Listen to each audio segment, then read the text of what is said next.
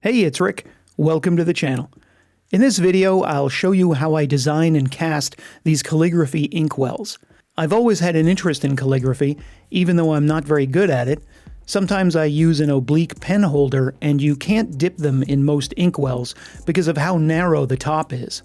So I designed this to be nice and wide to accommodate wider pens. The idea for this started as a sketch. I envisioned an inkwell that looks like vintage blue glass with a brass or bronze lid. When I searched Etsy and the internet in general for calligraphy inkwells, I either found very simple and plain mass-produced modern ones or old small ones with very small top openings. I started by modeling the most basic shape in Modo, square at the bottom transitioning to a circle at the top. I moved this over to Zbrush to develop it further. I massaged this shape using Boolean functions and symmetry to get it to match my sketch. Once I had the basic master shape, I worked on the lid. I wanted something ornate that would look good in bronze. I added some decorated skulls and roses to it, and in the end I had to abandon the design. Once I cast this, I discovered it was just too thin and would break too easily. I created the scroll work by drawing it on as a mask and then inverting it and pulling the geometry out. I used the same technique to put my logo on the underside, and I also used the same technique to decorate the sides of the inkwell.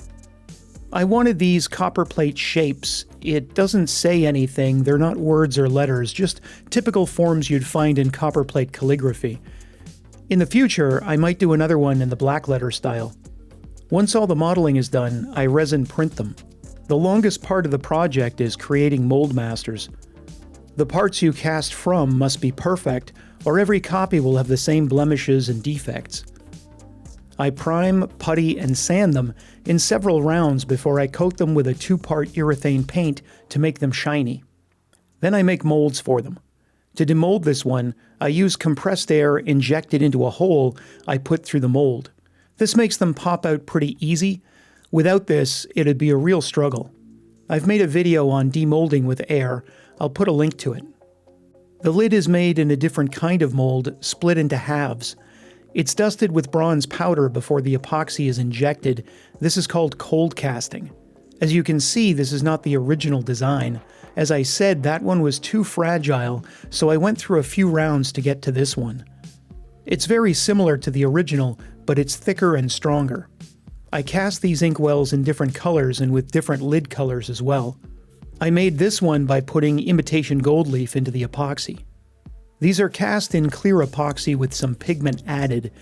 Normally I use a light fast acrylic ink to tint these. I've noticed alcohol inks discolor more over time and fade quite a bit, so I don't use those. Now, one thing I haven't talked about is the gasket. I make these as well. I've got a video on how I do that, and I'll put a link to that either in the corner or in the description. And these are the final products. That's it for this one.